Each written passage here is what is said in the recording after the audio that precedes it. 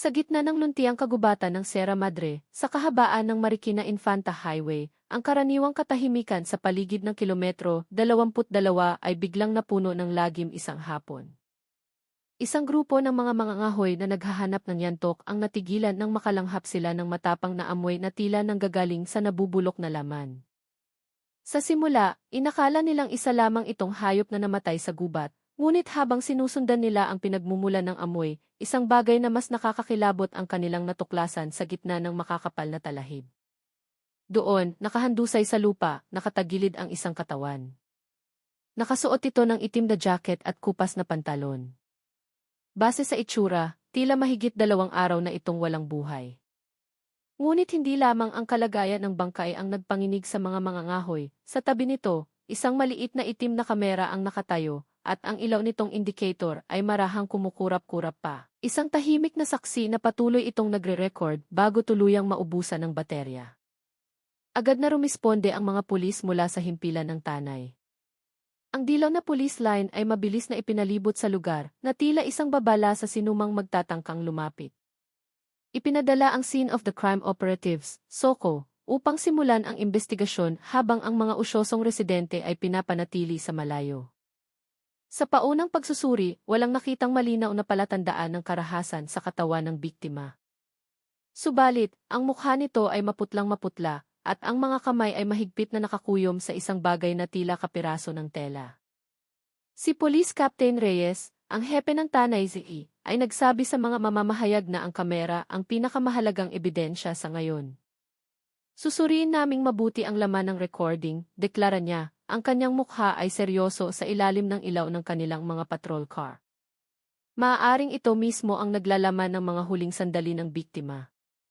Ang pagkuha sa bangkay ay tumagal hanggang sa paglubog ng araw. Dinala ito sa isang punerarya sa Antipolo para sa otopsya, habang ang kamera at iba pang mga gamit na nakuha sa lugar ay maingat na isinilid sa mga evidence bag. Ilang residente na nakakilala sa suot ng biktima ang nagsabing maaaring siya ay isang kilalang local content creator na sumikat dahil sa paggawa ng mga video tungkol sa paggalugad ng mga lugar na sinasabing may kababalaghan sa paligid ng Rizal. Ang mga bulong-bulungan ay nagsimulang kumalat na parang apoy sa tuyong damo.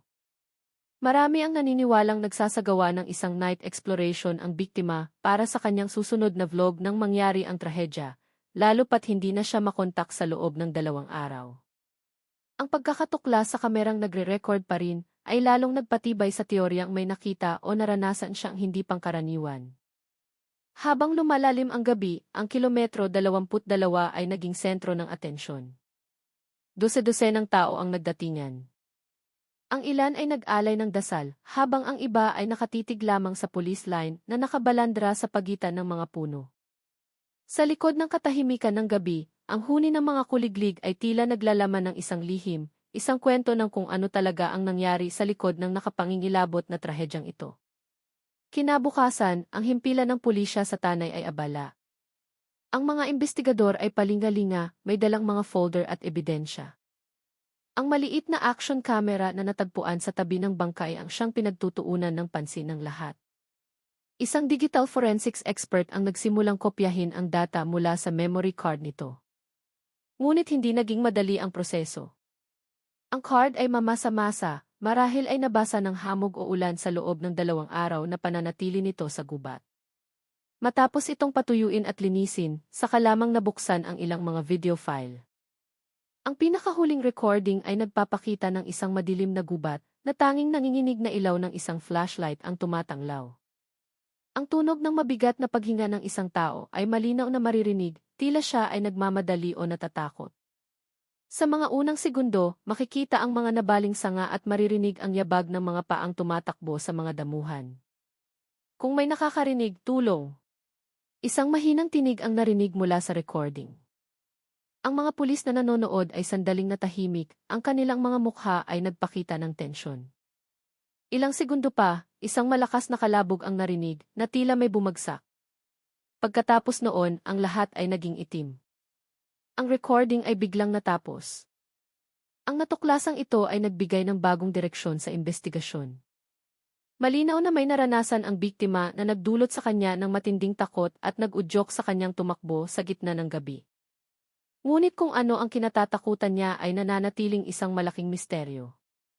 Walang palatandaan na may humahabol sa kanya, walang ibang boses maliban sa kanyang sariling hininga at mga yabag.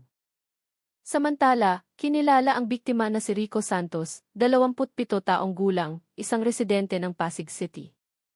Kilala siya sa social media sa kanyang YouTube channel na Pinoy Misteryo, kung saan ang tema ay paggalugad sa mga lugar na may kababalaghan at mga lokal na alamat. Ilan sa kanyang mga video ay umabot na sa milyon-milyong views.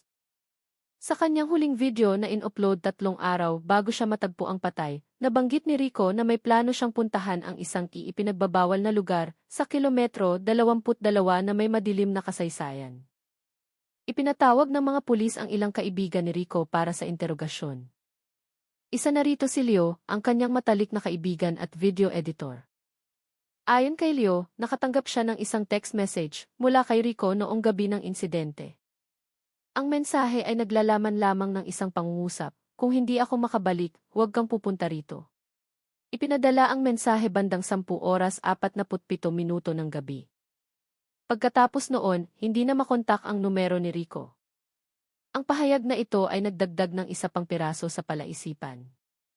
Bakit nagpadala si Rico ng ganoong klaseng mensahe? Alam ba niyang nasa panganib siya? O mayroon bang isang bagay sa lugar na iyon na nagtulak sa kanya sa bingit ng kanyang katinuan? Bumalik ang isang team sa gubat, sinusuyod ang bawat sulok. Natagpuan nila ang mga bakas ng paa na walang partikular na direksyon sa maputik na lupa, mga 20 metro mula sa kung saan natagpuan ang bangkay.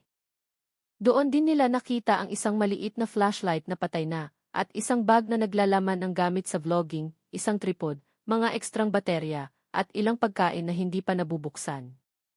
Kapansin-pansin na ang distansya ng kamera sa katawan ni Rico ay halos 1 metro lamang, na tila sinadya niyang ilagay ito bago siya tuluyang bumagsak. Ito ay nagbunsod sa haka-hakang sinusubukan ni Rico na i-record ang isang bagay sa kanyang paligid bago siya tamaan ng kapahamakan. Nang gabing iyon, isang maikling clip mula sa kamera ang nag-leak sa social media. Ang 14 na segundong video ay nagpapakita ng madilim na gubat na may tunog ng paghingang pagod na pagod at isang maliit na sigaw sa dulo. Sa loob lamang ng ilang oras, naging viral ang post. Pinag-usapan ito ng mga taga-Rizal at ng buong bansa. Para sa ilan, ang recording ay masyadong totoo para maging isang palabas lamang. Para sa iba, mayroong isang puwersang supernatural na hindi maipaliwanag. Ngunit para sa mga pulis, isa lang ang sigurado, hindi ito maaaring baliwalain. Mayroong isang bagay sa likod ng recording na kailangang malutas, bago pa man lamunin ng misteryo ng kilometro, 22 ang isa na namang palaisipan. Nang hapong iyon, isang pinagsamang puwersa mula sa SE, Disaster Risk Reduction and Management Office, at SOCO ang bumalik sa kagubatan ng kilometro 22.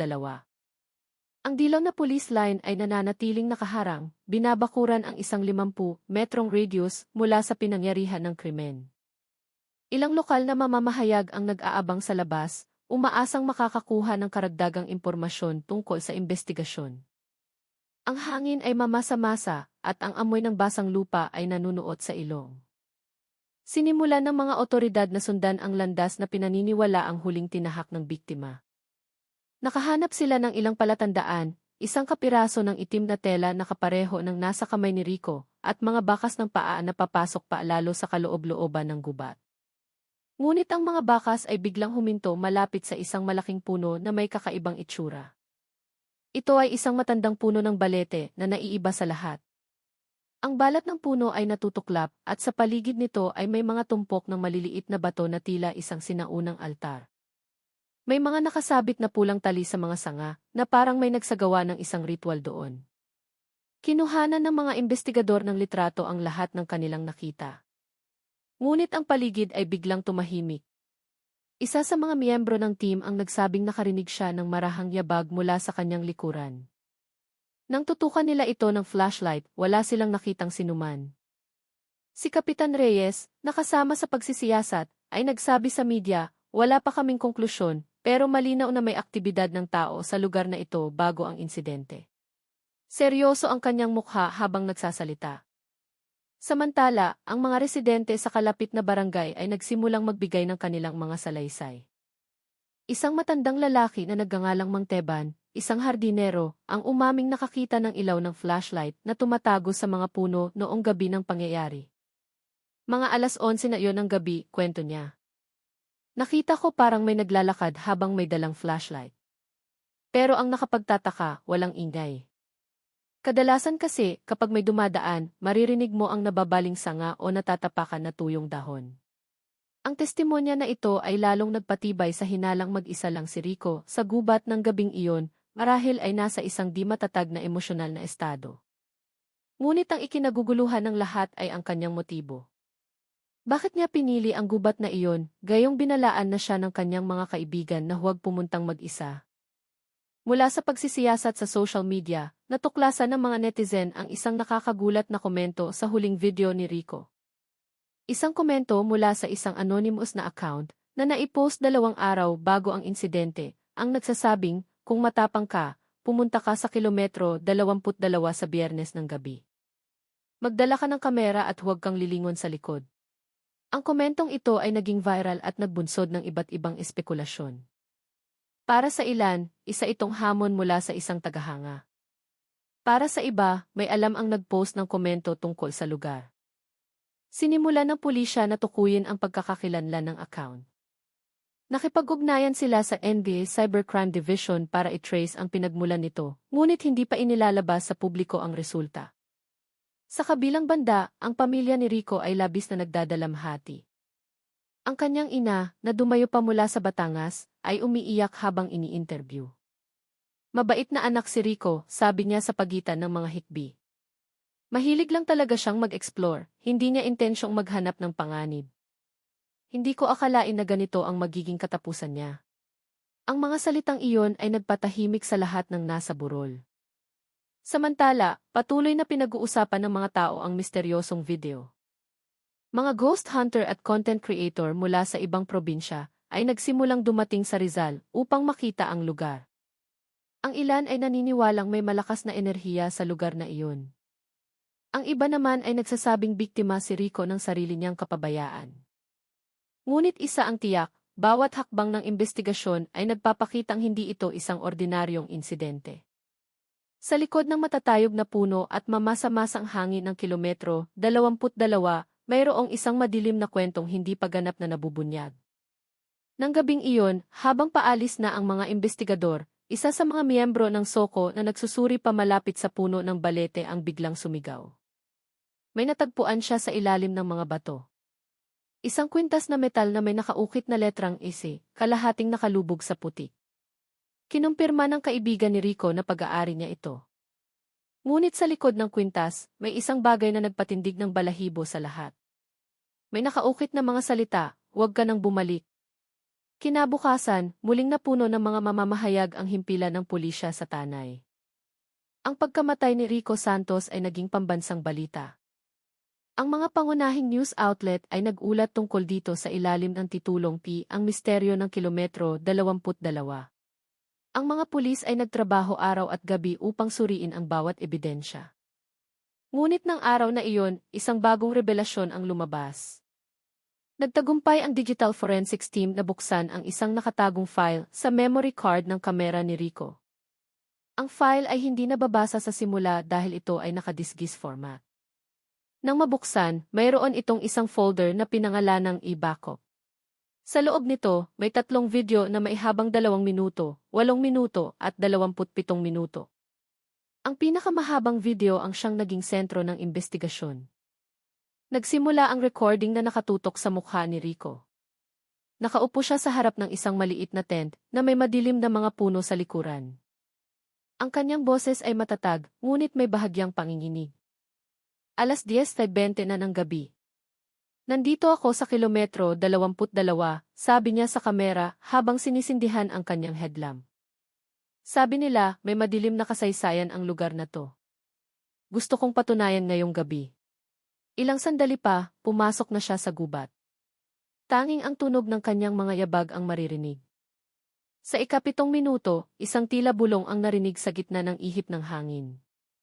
Huminto si Rico at lumingon. Hello? May tao ba riyan? Mahina niyang tanong. Walang sumagot. Ipinagpatuloy niya ang paglalakad. Ngunit hindi nagtagal, nakuhanan ng kamera ang isang bagay na magpapatibok ng mabilis sa puso ng sinumang manonood. Isang itim na anino ang mabilis na dumaan sa kanyang likuran. Halos hindi ito makikita kung hindi pagtutuunan ng pansin. Tila napansin ito ni Rico. Nagsimula siyang tumakbo habang patuloy na nagre-record.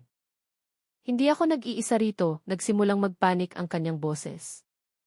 Ang recording ay huminto sa ika-27 minuto nang biglang bumagsak sa lupa ang kamera.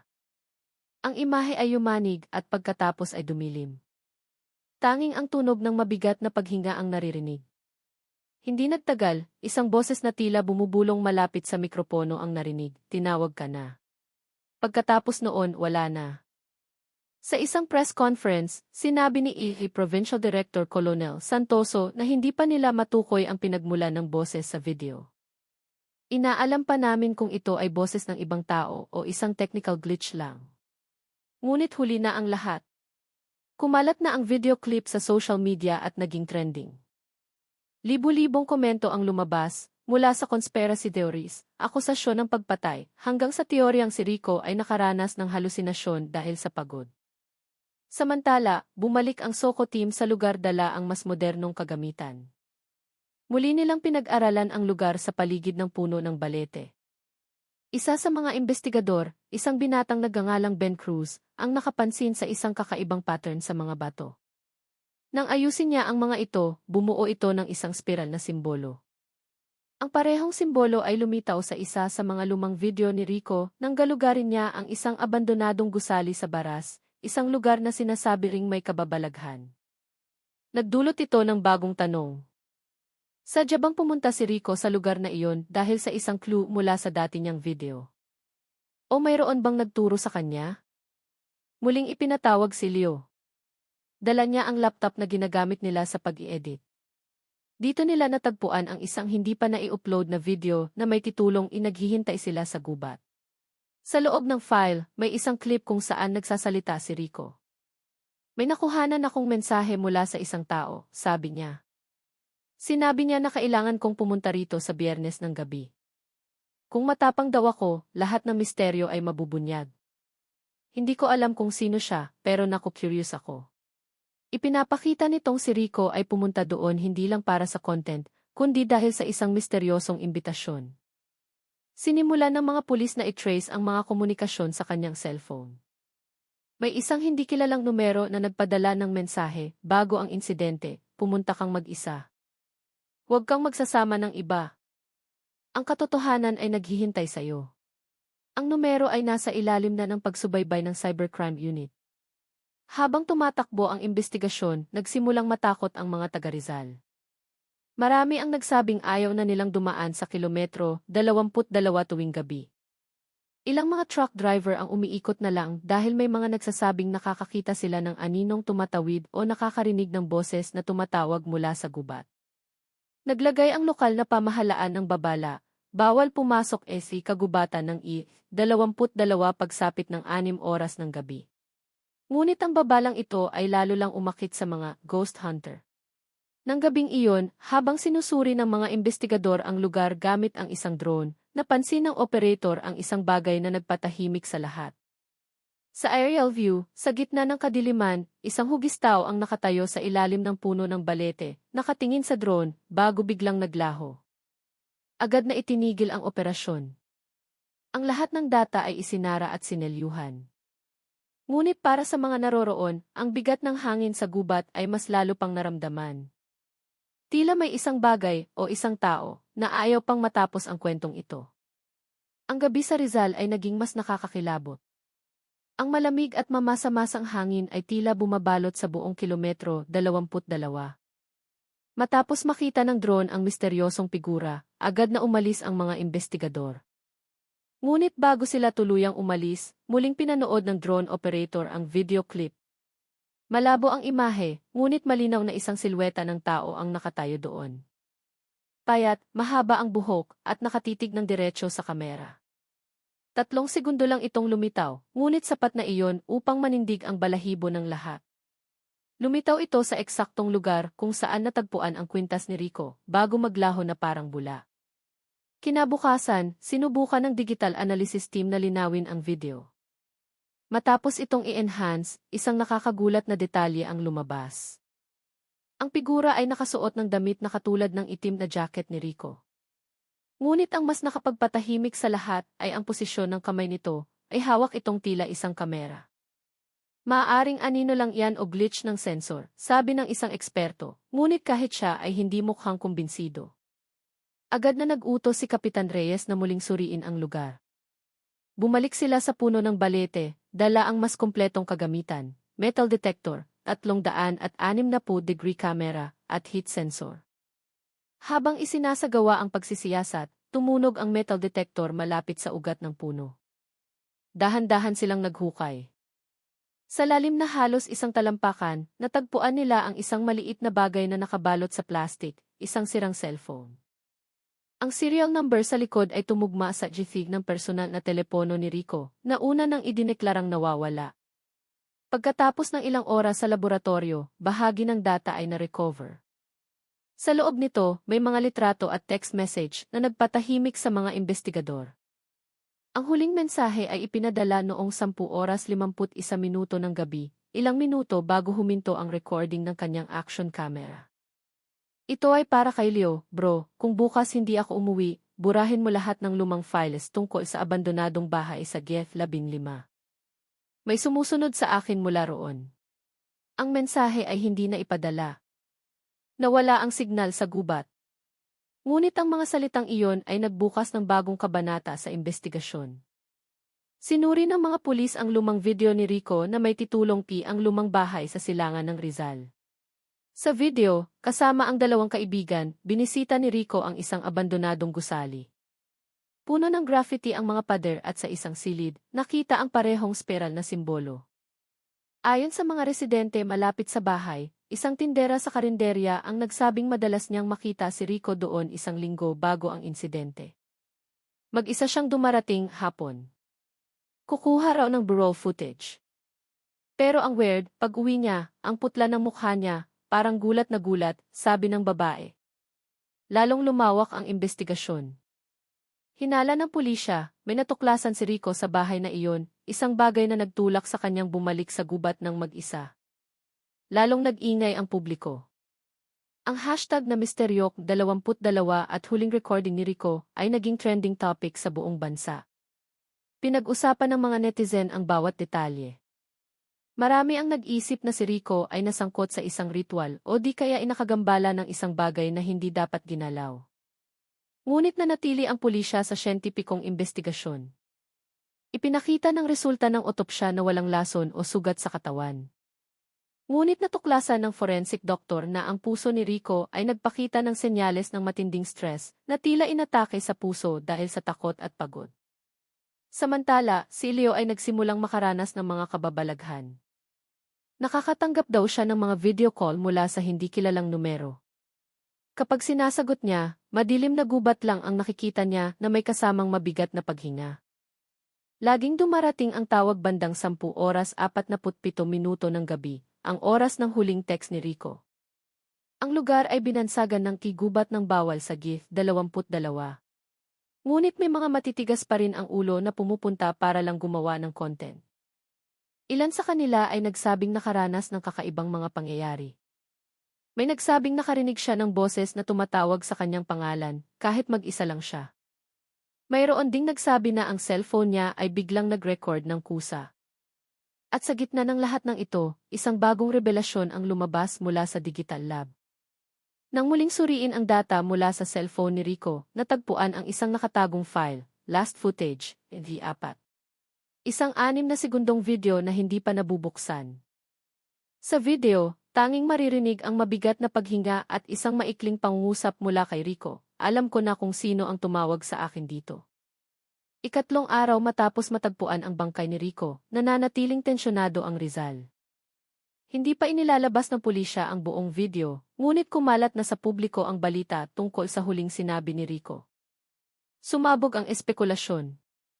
Maraming naniniwala na hindi nag-iisa si Rico. May hinalang na set-up siya. Ang hinalang ito ay pinalakas ng resulta ng pag-trace sa misteryosong numero. Ang huling signal nito ay nagmula sa Silangang Rizal, hindi kalayuan sa abandonadong bahay. Nagpadala ng team ang mga pulis doon. Ang gusali ay napapalibutan ng matataas na damo. Sa loob, mabigat ang hangin.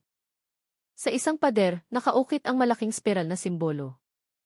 Ngunit ang mas nakakagulat ay ang nakasabit sa harap nito, isang punit na piraso ng itim na jacket, kapareho ng suot ni Rico. Sa ilalim nito, sa isang piraso ng kahoy, may nakasulat, "Dent tumawag sa'yo, Zefe, hindi T." Ang sulat ay tila isinulat gamit ang tuyong pulang pintura. Sa pagsusuri sa 6 na segundong video, lalong lumakas ang hinalang may nag-udyok kay Rico. Nang i-zoom in ang video, may nakitang malabong reflection sa kanyang mga mata. Sa pupil niya, may anino ng isang taong nakatayo sa likod ng kamera. Nagbigay ng opisyal na pahayag si Colonel Santoso. Mula sa digital examination, kumpirmado na may naganap na recording matapos ang tinatayang oras ng pagkamatay ng biktima. Ibig sabihin, posibleng may nag-activate ulit ng cellphone matapos mamatay si Rico. Ang pahayag na ito ay nagpatahimik sa lahat. Kung totoo, may nakahanap sa cellphone at posibleng nag-record bago ito ibinaon sa lupa. Nakatuon na ngayon ang pulisya sa pagkakakilanlan ng nagpadala ng mensahe. Natuklasan ng Cybercrime Unit na ang numero ay konektado sa isang matagal nang hindi aktibong social media account. Ito ay pag-aari ng isang lalaking nagngangalang Daniel Vargas, na nawala 3 taon na ang nakalilipas sa parehong lugar, ang gubat ng I-22. Ang pangalang iyon ay nagdulot ng kilabot. Hindi kailanman nalutas ang kaso ni Daniel. Isa siyang film student na mahilig gumawa ng mga dokumentaryo. Huli siyang nakitang may dalang kamera, papunta sa gubat, upang gumawa ng pelikula tungkol sa tawag ng kalikasan. Ngayon, nang lumitaw muli ang kanyang pangalan, lalong naging ligaw ang espekulasyon. Buhay pa ba si Daniel? O may gumagamit sa kanyang pagkakakilanlan? Samantala, si Leo, ang kaibigan ni Rico, ay nagdesisyong pumunta sa lugar. Sa ilalim ng puno ng balete, bumulong siya. Nagkwento siya sa akin dati. Sabi niya, may tumatawag daw sa mga taong curious dito. Biglang may napansin ang isang pulis na kumikinang sa ilalim ng ugat ng puno. Nang hukayin, natagpuan nila ang isang maliit na piraso ng metal, isang lens cap ng kamera. May maliit na ukit sa gilid, Lee Project. Kinumpirma ng mga eksperto na ang TCB ay inisyal ni Daniel Vargas. Ito ang naging bagong susi sa investigasyon. Isinara ng pulisya ang buong lugar. Ngunit lalo lang itong nag-viral. Maraming content creator ang palihim na pumupunta. Ilan sa kanila ay nakapag-record ng mga kakaibang tunog. Isang amateur video ang nagpakita ng anino ng isang lalaking nakaitim na jacket, nakatitig sa kamera. Ang caption, hindi pa siya umaalis. At mula noon, naniwala ang mga taga-Rizal na ang trahedya ni Rico ay hindi isang simpleng kaso, kundi isang babala mula sa isang bagay na hindi pa tapos sa gubat ng I-22. 3 araw ang lumipas mula nang mag-viral ang huling video. Kahit na isinara na ang I-22, mas lalo pang lumaki ang kuryosidad ng mga tao. Ang mga sasakyan ay nakaparada sa gilid ng kalsada, ang mga tao ay nakatanaw sa madilim na gubat na tila may hinihintay. Nakatuon na ngayon ang investigasyon kay Daniel Vargas. Isa siyang film student mula sa Universidad ng Pilipinas na nawala noong 2022. Ang kanyang thesis ay pinamagatang "Mga tinig sa libis." Huli niyang sinabi sa kanyang propesor na may kukunan siyang hindi nakikita ng mata.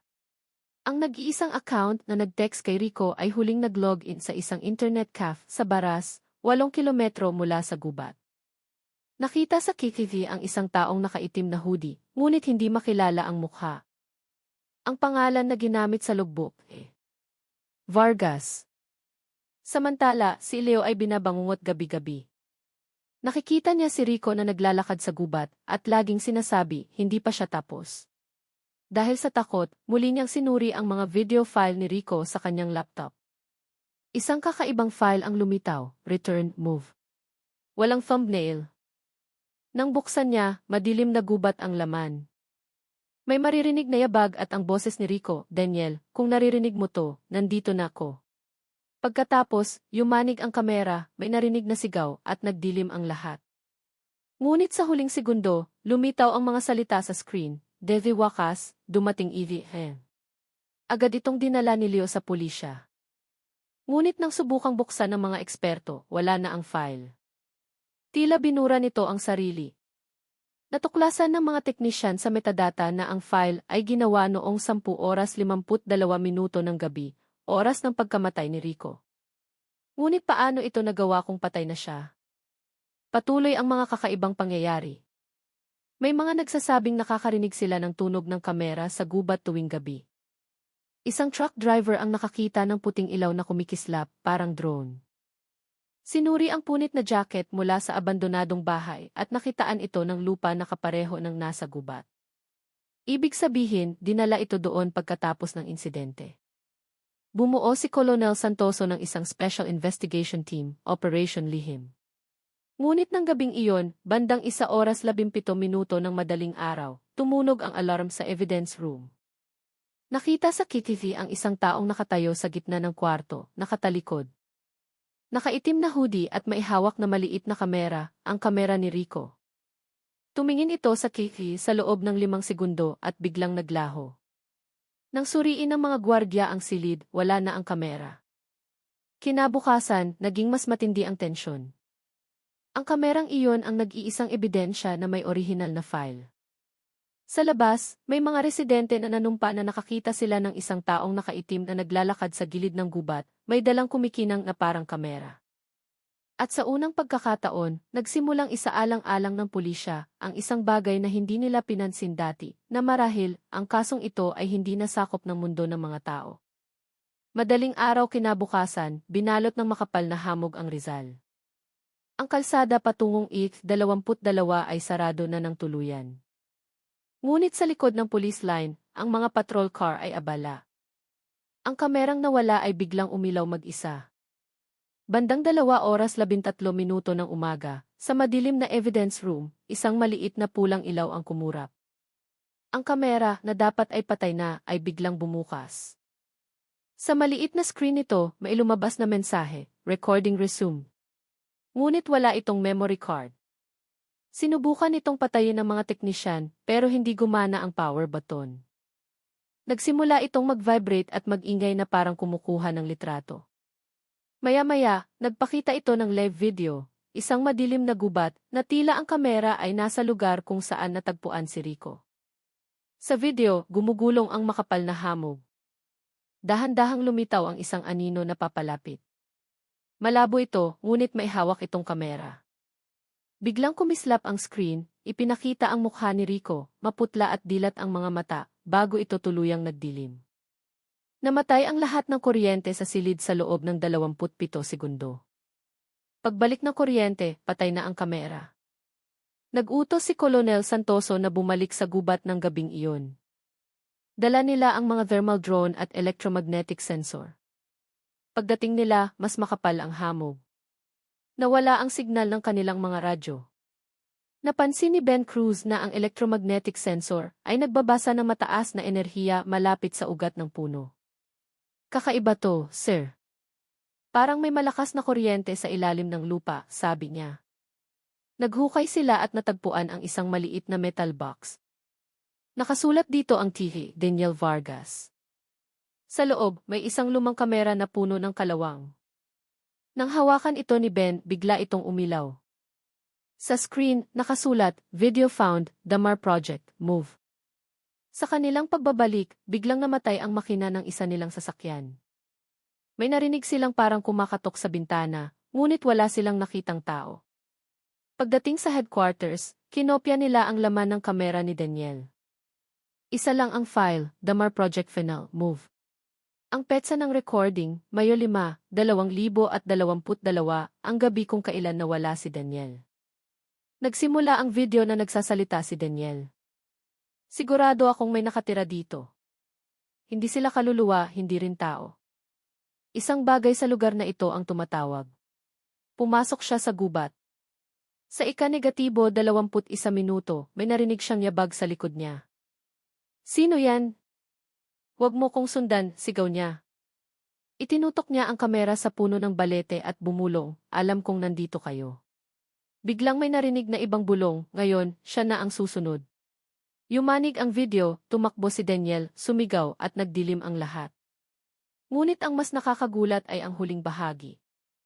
Pagkatapos ng ilang segundong dilim, lumitaw ang isang maikling imahe, si Rico, nakatayo sa gubat, may hawak na kamera. Pagkatapos, natapos ang video.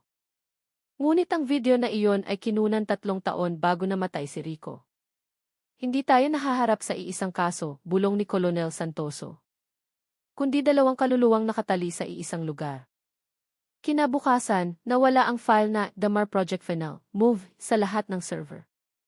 Isang mensahe ang lumitaw sa computer, recording resumed 15. Nang gabing iyon, sa tsihikis ng security post, sa unang pagkakataon, 2 figura ang lumitaw. Isang nakaitim na hoodie at isang nakakupas na jacket. Magkasabay silang naglalakad sa gubat. Pareho silang may hawak na kamera. At sa ilalim ng imahe, otomatikong lumabas ang text, live recording best progress. Nang gabing iyon, ang headquarters ng pulisya sa Rizal ay naging isang emergency command center. Walang nakakaalam kung sino ang 2 figura sa kiki. Nagpadala si Colonel Santoso ng isang team. Pagdating nila, napakakapal ng hamog. Nakita ng kanilang thermal camera ang 2 heat signature, isa malapit sa puno at isa ay gumagalaw. Nilapitan ni Ben Cruz ang isang figura. Nakatayo ito sa gitna ng mga puno. Nakaitim na jacket, maputla ang mukha, may hawak na kamera. Hindi ito sumasagot. Dahan-dahan itong umatras at naglaho sa hamog. Biglang, ang pangalawang heat signature ay mabilis na gumalaw patungo sa kanila. Wala silang nakita, ngunit biglang nag-static ang kanilang mga radyo. Isang bulong ang narinig, kasama ka na sa recording. Biglang namatay ang lahat ng kanilang kagamitan. Pagbalik nila sa headquarters, muling gumana ang kanilang mga kamera. Bawat isa ay may bagong file, DIT-22 return, D4. Nang buksan nila, ipinakita nito ang pananaw ng isang taong naglalakad sa gubat. Sa isang bahagi, nakita ang braso na may itim na bracelet, kapareho ng kay Rico. Ngunit sa 2 minuto, humarap ang kamera. Ang mukha na nakita nila ay hindi kay Rico, kundi kay Daniel. Sinabi niya sa kamera na record na niya. Ngayon, ako naman ang mag-uwi. Biglang nag-overlap ang mga imahe. Si Daniel at si Rico ay naglalakad sa magkaibang landas, ngunit tila nag-iisa ang kanilang mga galaw. Huminto sila sa harap ng puno, at sabay na nagsalita ang kanilang mga boses, hindi kami nag-iisa rito. Sinuri ng mga teknisyan ang file. Ang petsa ng pagkakagawa, Oktubre 31, 2025, 10 oras 47 minuto ng gabi, ang eksaktong oras nang pumasok sila sa gubat. Nakita rin sa data log na may 2 user key na sabay na na-record, Daniel Vargasid 2022 at Rico Santosid 2025.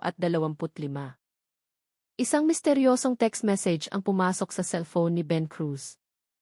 Isang icon ng kamera lang ang laman nito at isang pangungusap, panoorin mo ang sarili mong recording. Nagulat si Ben. Binuksan niya ang kanyang gallery at nakita ang isang bagong video. Ipinakita nito ang sarili niya na nakatayo sa gubat. Ngunit sa likod niya, may 2 anino na papalapit, sina Rico at Daniel. Sinubukan niyang isara ang video, pero nag-freeze ang screen. Sa huling segundo, narinig ang isang bulong, ang parehong mensahe na natanggap ni Leo, kung hindi ako makabalik, huwag kang pupunta rito. Binitawan ni Ben ang kanyang telepono, namumutla. Huminto ang video sa isang huling imahe, 3 figura na magkakatabi sa ilalim ng puno, sina Daniel, Rico, at isang taong nakauniporme ng pulis. Isang text ang lumitaw sa screen, recording resumed. Subject joined. Nang gabing iyon, isang security guard sa GIF, 22 ang nag-ulat na nakakita siya ng isang lalaking nakauniporme ng pulis na lumalabas sa gubat. May dala itong maliit na kamerang kumukurap na pula. Nang lapitan, sinabi lang nito, isasauli ko lang ang recording niya. Pagkatapos, naglaho ito sa hamog. Isang linggo matapos ang huling insidente, opisyal na itinigil ng AAC ang investigasyon sa GIF, 22. Ang lahat ng ebidensya ay ipinadala sa Camp Crame sa ilalim ng label na Classified Archive VEC, negatibo 22. Ngunit isang tao ang hindi matahimik, si Ben Cruz. Matapos makita ang video sa kanyang cellphone, hindi na siya makatulog. Gabi-gabi, naririnig niya ang tunog ng kamera, kasunod ng bulong, bahagi ka na ng recording. Binigyan siya ng 2 linggong leave. Ngunit sa unang gabi sa kanyang bahay, bandang 10:47, bumukas ang kanyang Ipinakita nito ang kanyang sarili na naglalakad sa gubat, nakatingin sa kamera, at nagsasalita, hindi pa tapos ang recording. Sinubukan niyang patayin pero patuloy itong umilaw. Isang boses ang nagsabi, Daniel. Rico. Ikaw na ang susunod. Nalaman ni Ben na ang kamera ni Daniel ay nawawala mula sa archive sa Camp Crame. Ang sabi ng staff, walang laman ang kahon, pero may narinig kaming bulong mula sa loob. Paulit-ulit na sinasabi, nagre-record pa kami. Lalo pang naging kakaiba ang mga nangyayari kay Ben. Ang mga file sa kanyang telepono ay nagbabago. Sa isang video, ipinakita ang daan patungong I-22. Sa bawat pag-play, papalapit ito ng papalapit sa gubat. Sa ikatlong play, huminto ito sa harap ng puno, at isang boses ang nagsabi, pumunta ka rito para makumpleto ang recording. Ang takot ni Ben ay naging obsesyon. Nahanap niya ang isang pattern, lahat ng insidente ay nangyayari tuwing Oktubre 31, sa pagitan ng 10:45 hanggang 10:50 ng gabi. Isang siklo. Si Daniel noong 2022, si Rico noong 2025. Ngayon, oras na para maulit. Sa kanyang huling tala sa diary, isinulat niya, gusto nilang masaksihan. Bawat kamera ay isang tulay. Papasok ako ngayong gabi, hindi bilang investigador, kundi bilang huling saksi. 10:00 ng gabi, mag-isa siyang nagmaneho papuntang I-22. Dala niya ang kamera ni Rico. Pagdating niya sa gubat, pinindot niya ang record button. Pumasok siya sa dilim. 2 figura ang lumitaw, sina Daniel at Rico. Itinuro ni Rico ang kamera sa kamay ni Ben. Ikaw na ang susunod. Pagkatapos noon, dumilim ang lahat. 3 araw makalipas, natagpuan ang sasakyan ni Ben sa gilid ng daan. Ang kamera ay nasa upuan, bukas, at may mensahe sa screen. Recording completed. 31 paghahati 10 paghahati 2025, 22, 47. Ang laman ng video ay 6 na minuto lang. Si Ben ay naglalakad sa gubat, huminto sa harap ng puno. Sa likod niya, nakatayo sina Daniel at Rico. Ngumiti si Ben at sinabing, ngayon, kumpleto na ang recording ko. Natapos ang video sa huling tunog ng kamera, at isang text, DIC-22 project. Finalized. Ngunit sa dulo may isang huling imahe. 3 anino na papalayo papasok sa kadiliman. At sa ilalim, isang petsa na hindi pa nangyayari, 31 paghahati 10 paghahati 2028. Susunod record. Ang misteryo ng I-22 ay nag-iwan ng isang malaking tanong. 3 kaluluwa ang naging bahagi ng isang recording na hindi kailanman humihinto. Hanggang ngayon, ang mga tao ay nagtatanong kung tapos na ba ang lahat